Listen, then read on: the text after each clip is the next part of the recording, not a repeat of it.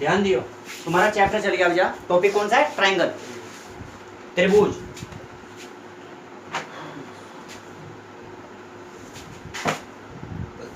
त्रिभुज का चैप्टर है एक्सरसाइज नंबर T1। T1 पहले भी आई थी ट्रिग्नोमेट्री में जब लिख रहे थे हम, जब T1 वगैरह लिख रहे थे, तो इसमें कैसे लिखो? इसे TA लिख लो, ट्रायंगल TA1, तो थोड़ा डिफरेंस हो जाएगा, ठीक है। T for try, A for angle, T for try, A for angle, triangle हो गया, ठीक है। ट्रायंगल यानी त्रिभुज। त्रिभुज की पहले एक्सरसाइज स्टार्ट करेंगे हम, और पहले एक्सरसाइज का पहला ही क्वेश्चन स्टार्ट कर रहे हैं, ध्यान समझिए, ध्यान समझना भाई। पहले एक्सरसाइज का पहला ही क्वेश्चन स्टार्ट करेंगे, बुक ओपन करो, ट्रायंगल। पहले का पहला पार्ट हो गया। अब मैं जितनी डिटेल तुम्हें बताई थी इतनी बताने का, देखो ध्यान समझिए भैया, इतनी डिटेल नहीं बताना जितनी बताई थी तुम्हें, नोट करवाई थी ये सब। देखो second part, third part, fourth part. अब ध्यान समझना भाई, इसमें सेकंड पार्ट में क्या कहा इसने, बोलियो भाई। सभी वर्ग डैश होते हैं, सभी वर्ग डैश होते हैं। अब देखो भाई, इसने कहा सभी वर्ग या ऑल स्क्वायर, सभी वर्ग डैश होते हैं। इंग्लिश मीडियम के हिसाब से नोट करना, ठीक है। अब देखो सुनो भाई, यहाँ अब सभी वर्ग हैं, अभी अभी मैंने तुम्हें बात बताई सारी, इसमें सभी वर्ग, सब जो बताओ, वर्ग छोटा हो या बड़ा, एक छोटा एक बड़ा, उसमें होगा क्या? 90 डिग्री का एंगल होंगे, नहीं होंगे ना, बताओ। तो उसके कोरस्पॉन्डिंग एंगल्स जो हैं इक्वल रहेंगे। और उसमें मान लो एक 1 है, एक 3 या 4 या 5 या 7, रेशो कैसे बनेगा? अनुपात भी 1/7 1/7 1/7, 1/7 1/7 1/7। 1/3 होगा तो 1/3 1/3 1/3, यानी कि उनके रेशो अनुपात भी एक जैसे होंगे, फिर अनुपात भी सेम। तो इसे लिखेंगे हम समरूप। क्या होगा? समरूप। इंग्लिश मीडियम सिमिलर, समरूप सिमिलर, इस डैश में आना। थर्ड पार्ट बोल लो, सभी डैश त्रिभुज समरूप होते हैं। सभी, अब देखियो इसमें क्या कहा गया, सभी डैश, सभी डैश त्रिभुज समरूप, त्रिभुज। अब ध्यान समझना भाई, त्रिभुज, फिर इसने कहा समरूप है, होते हैं कहो या है कहो भाई, ध्यान समझना। तो देखो इसने क्या कहा इस सवाल में, इस सवाल को समझने की कोशिश करियो भाई। अब जा इसने, ठीक है, सिमिलर तो पहले गिवन है, ये ट्रायंगल के साथ सिमिलर गिवन है, ऑल सभी यानी कि, ठीक है। अब ध्यान समझना, ये कह रहा कि इसमें क्या आना है यहाँ, अब ध्यान समझना। तो इसमें आएगा समबाहु त्रिभुज, यानी कि इक्विलैटरल ट्रायंगल। सिमिलर कौन से होंगे? जो इक्विलैटरल होंगे, यानी समबाहु होंगे। समबाहु के देखो पढ़ते कौन, 60 डिग्री, ईच एंगल 60 डिग्री, और उनके अनुपात क्या बनेंगे? सेम बन जाएंगे सारे साइडों के भी।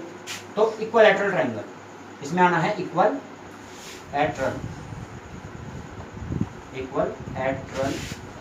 और ट्रायंगल में नहीं बनाए रखा है। तुम्हारे हिसाब से क्या लिखोगे हिंदी मीडियम? समबाहु त्रिभुज। त्रिभुज मत लिखे, त्रिभुज तो आगे देखो लिखा हुआ उसमें। जब ये बात में तुम्हें जहां ये ऑप्शन दिए हुए ना, ये चल रहा काम जो, उनके साथ तुम्हें हर उसके साथ ब्रैकेट में डबल ऑप्शन दे रखे होंगे उन्होंने, हर जगह डबल ऑप्शन, जिस मैंने स्कूल में लिख के दिखाए थे। एक तो कहा था कॉन्ग्रुएंट, अरे कहा था उसने सिमिलर, और हमें उनमें से सिलेक्ट करना था, कि कौन सा सिलेक्ट करना, दोनों में से, समझ गए भाई, दोनों सिलेक्ट करना था। ऐसे यहाँ भी 2 दिए होंगे और यहाँ भी 2 दिए होंगे, सिलेक्ट हमें करना उसमें से कि कौन सा फिल इन द ब्लैंक्स के अंदर रखेंगे हम। यहाँ ये फिल इन द ब्लैंक्स में कौन कौन से रखने, वो ध्यान करने की कोशिश करना भाई। संभावित इक्विलैटरल। क्वेश्चन नंबर 4 में देखो क्या बताया फिर, भुजाओं की समान संख्या वाले 2 बहुभुज समरूप होते हैं। अब देखो इसने कहा भुजाओं, दोबारा रिपीट करना, देखो रिपीट कर रहा, 3 भुजा को कहते हैं त्रिभुज, इंग्लिश में कहते हैं ट्रायंगल। वो किसी प्रकार का ट्रायंगल हो सकता है, ट्रायंगल के बहुत सारे काइंड है, प्रकार है मतलब, ठीक है, अच्छा टाइप्स हैं। अच्छा 4 भुजा को कहते हैं क्वाड्रिलेटरल यानी चतुर्भुज, वो भी कितने प्रकार का हो सकता है? समबाहु और वर्ग पर, मतलब ये क्या नाम तुम्हारा, वर्ग, आयत, समबाहु, विषम, मतलब तुम्हारा समबाहु के बाद क्या बोलेंगे उसे, समबाहु नहीं, ये सम चतुर्भुज, और विषम वो एक होगा समांतर चतुर्भुज, पैरेललोग्राम है, समलंब चतुर्भुज होता है, ये ट्राइपिजम बोलते हैं। तो ऐसे बहुत सारे हैं मतलब चतुर्भुज। 5 भुजा क्या कहते हैं? पंचभुज, इंग्लिश में कहते हैं पेंटागोन। 6 भुजा कहते हैं षष्ठभुज, ठीक है, इसे कहते हैं 6 भुजा वाला ना हेक्सागोन। 7 भुजा हेप्टागोन, जैसे कि तुमने एल्कीन पढ़ा था, ध्यान करो, वहाँ भी चल रहा था काम, ये वहाँ भी तो पढ़ रहे थे तुम इन चीजों को केमिस्ट्री के अंदर। अच्छा तो उसमें 8 भुजा कहते हैं इसे नहीं, वैसे तो क्या क्या बोलेंगे, ऑक्टागोन बोल लेंगे इसे तो, लेकिन हिंदी मीडियम में क्या बोलेंगे उसे, अष्टभुज।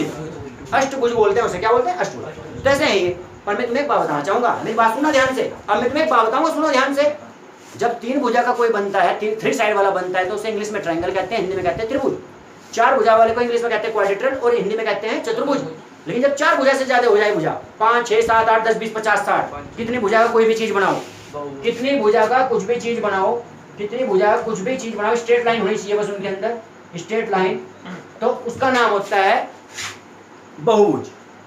बहुत सारी भुजा, इंग्लिश में कहते हैं पॉलीगॉन। ये पहले पढ़ा भी होगा कहीं ना कहीं, छोटी छोटी क्लासों में बातें हैं। पॉलीगॉन कहते हैं, क्या कहते हैं इसे, पॉलीगॉन। क्या बोलेंगे सर, इंग्लिश मीडियम के हिसाब से पॉलीगॉन, और हिंदी मीडियम में क्या बोलते हैं फिर, बहुभुज। अब बताओ उसने, हाँ भाई, तो इसने कहा बहुभुज समरूप होते हैं यदि पहला उनके संगत कोण डैश हो तथा। 1 मिनट, इसने कहा बहुभुज समरूप होते हैं, 1 मिनट रोक लो, सुनो यहाँ से। इसने कहा सभी बहुभुज समरूप है। जब इसने, सोचो तुम इस बात को दिमाग से, जब उसने बहुभुज को समरूप बता दिया, यानी सिमिलर, पॉलीगॉन को सिमिलर कह दिया उसने। जब उसने पॉलीगॉन, 1 मिनट, बहुभुज जिसमें बहुत सारी भुजा, सीधी सीधी बात है, बहुभुज, इसने सिमिलर कह के दे दिया। सिमिलर का मतलब समरूप। जब इसने ये बात कही थी अपने सेंटेंस में, इसने सेंटेंस में यूज कर दिया है कि सभी बहुभुज समरूप होते हैं। अब उसने लगाई डैश, डैश सिंगल है डबल, यदि पहला है डबल डैश है भाई, ये तो बाद में बताओ लड़का, सुनो जाना कितने डैश है इसमें, डबल। कारण बताऊंगा क्यों। अब तक हम सवालों में देखो क्या करते आए थे, अब तक हम देखो, ध्यान समझना, अब तक तो हम ये सिलेक्ट कर रहे थे, जतिन यहाँ ध्यान करो, 1 मिनट, अब तक तो हम ये सिलेक्ट कर रहे थे कि समरूप लिखना या सर्वांग सम लिखना, ध्यान समझना, समरूप लिखना या सर्वांग सम लिखना, या फिर कहो कि इंग्लिश में सिमिलर लिखना या कंग्रुएंट लिखना, मतलब ये बात सेलेक्ट कर रहे थे हम। लेकिन पता है इसमें क्या हुआ सवाल में, इस सवाल के अंदर तुम्हें समरूप तो कह के दे दिया, इसका मतलब वो क्या बोलने की कोशिश कर रहा है, सुनो भैया, इस सवाल में तुमसे वो क्वेश्चन पूछने की कोशिश कर रहा, आंसर देने के बाद क्वेश्चन पूछने की कोशिश कर रहा। और बता सकते हो इसमें क्वेश्चन कितने प्रकार के बनते थे, डबल केस। कितने केस बनते हैं, डबल केस। किसी चीज को सिमिलर बताने के लिए मैंने अभी थोड़ी देर पहले सिखाया था कि 2 नियम पे चलना, 2 केस करने हमें क्लियर, तो इसका मतलब 2 केस हमें लिखने पड़ेंगे। वो तो 2 जगह डैश दे रखी है इसके अंदर सवाल में, कितनी जगह डैश है, 2 जगह। तो इसका मतलब क्या होगा, अब बताओ, पहले वाले के साथ, जो पहले वाले डैश है ना, उसके साथ का शब्द बता दे मुझे क्या है वो, भुजा कहा गया साइड, या फिर उसके साथ कोण कहा गया। देखो भाई, अगर पहले वाले के साथ कोण कहा गया, ध्यान समझना, देखो पहले वाले डैश में क्या आना, सब सीख लो।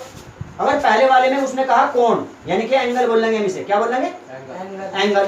तो देखो उसमें क्या आएगा, उसमें आएगा फिल इन द ब्लैंक्स में इक्वल, क्या आएगा उसमें, इक्वल यानी समान, बराबर कह सकते हैं, बराबर भी वर्ड आ सकता है, ठीक है। अब सुनो, दूसरे में देखो, दूसरे डैश के आसपास उसने लिखा होगा फिर भुजा, यानी कि साइड। भुजा क्या बोलेंगे हम, साइड। और मैंने थोड़ी देर पहले तुम्हें एक बात बताई थी, साइडों का अनुपात कैसा होना चाहिए, एक जैसे, यानी समान अनुपात। कैसा होना चाहिए, समान अनुपात। तो समान अनुपात को हम क्या लिखेंगे, सेम रेशो, या कुछ छोड़ दिया होगा उसने यहाँ से, समानुपाती। और इंग्लिश मीडियम के हिसाब से हम इसे बोलते हैं प्रोपोर्शनल, प्रोपोर्शनल बोलते हैं। रेशो को क्या बोलते हैं, रेशो को अनुपात। देखो रेशो एंड प्रोपोर्शनल सुना ही होगा तुमने, रेशो एंड प्रोपोर्शनल, अनुपात समानुपात। तो इसे हम लिखते हैं प्रोपोर्शनल, TIONAL, समझना ध्यान से। तो मुझे बताओ भाई, सुनो ध्यान से, 1 मिनट सुनो, 1 मिनट सुनो भाई। तो ये बताओ, दोनों फिल इन द ब्लैंक समझ में आई क्या बात, ये जहाँ पे कोण आया वर्ड कोण, वहां तो इक्वल चलेगा, समान। और जहाँ पे भुजा साइड कहा गया, वे अनुपात बराबर रहना चाहिए, उनका क्या रहना चाहिए, अनुपात बराबर रहना चाहिए। तो दोनों fill in the blanks complete कर लिए जाएंगे, क्लियर। हाँ भाई, ये नंबर 4 पार्ट तक है इसका, 5वां पार्ट भी है इसमें कोई, तो फिर उसके बाद सवाल होगा पेचिंग।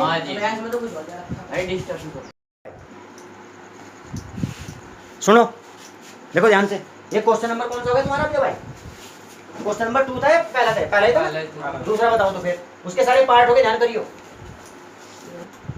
निम्नलिखित युग्मों के 2 भिन्न भिन्न उदाहरण दीजिए। पहला है समरूप आकृतियां, फिर दूसरा है ऐसी आकृति जो समरूप नहीं है। देखो भाई ध्यान समझो, देखो इसने दूसरे सवाल में कहा, देखो ध्यान समझना, दूसरे के मैंने 2 पार्ट बना दिए। दूसरे का पहला पार्ट और दूसरे का सेकंड पार्ट। ध्यान समझना, यहाँ पे कहा कि उदाहरण देने हैं, एग्जाम्पल देने हैं। ऊपर तो देने हैं सिमिलर के एग्जाम्पल, किसके देने हैं? सिमिलर यानी कि समरूप, समरूप, ठीक है। ये समरूप क्या देने हैं हमें यहाँ एग्जाम्पल, और नीचे देने हैं हमें नॉन सिमिलर।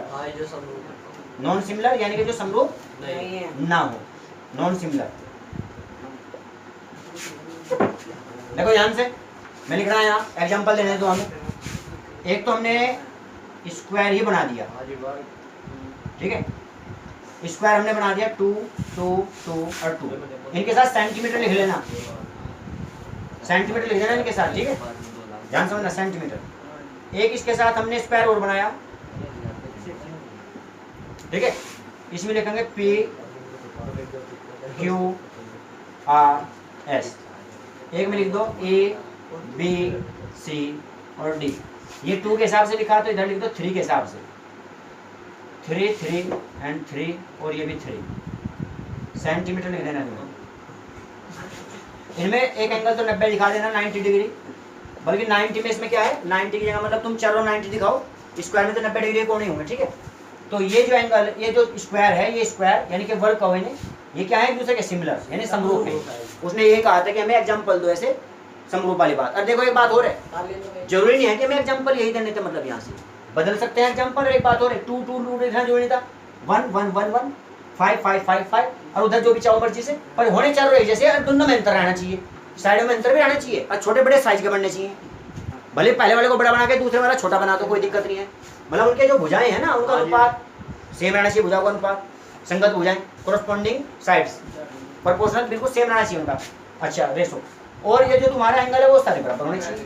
तो एग्जांपल देना था। नॉन सिमिलर में एक काम करो, बिल्कुल आकृति बदल ही दो, एक बिल्कुल अलग बना दो, एक अलग बना दो। जैसे कि देखो, एक तो हमने इसमें बना दिया यहाँ से स्क्वायर, एक तो मान लो स्क्वायर बना दिया, और एक बना दो ट्रायंगल, तो ये नॉन सिमिलर हो जाएगी। क्यों देखो इनमें तो एंगल इसमें 90 है और इसमें 60 बनेगा, और वो भी कोलैटरल होगा तो 60 बनेगा। ये भी 90, ये भी 90 है और ये भी 90 है, ठीक है।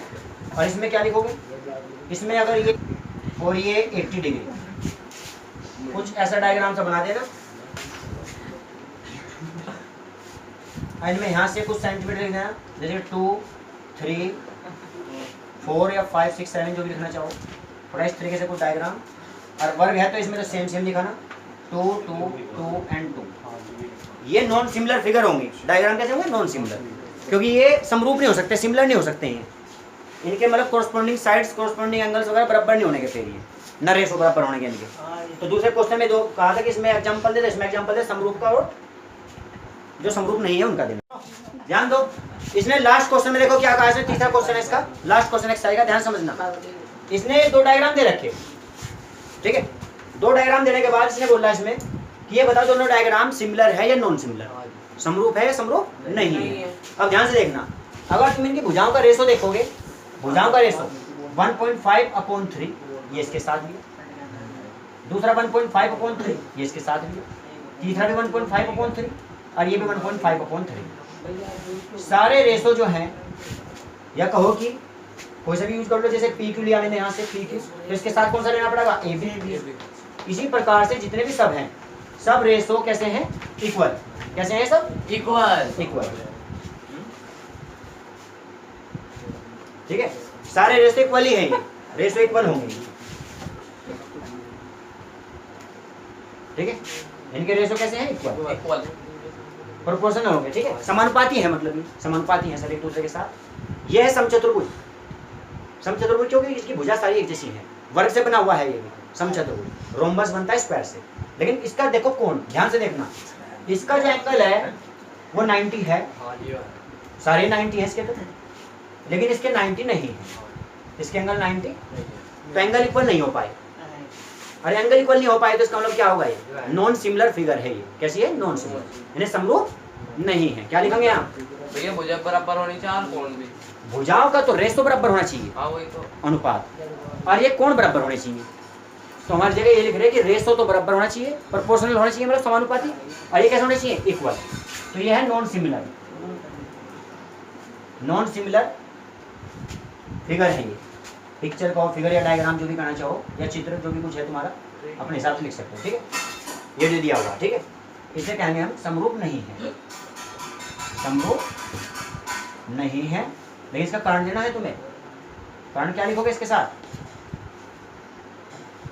भुजाओं का अनुपात बराबर है, क्या लिखोगे जतिन, भुजाओं का अनुपात बराबर है लेकिन कोण बराबर नहीं है, इसलिए यह समरूप नहीं है, समरूप नहीं है। तुम्हें वही क्या लिखना, ये ratio of given figures are equal but angle not equal, but angle not equal, so non similar figure, given figure non similar, given figure non similar.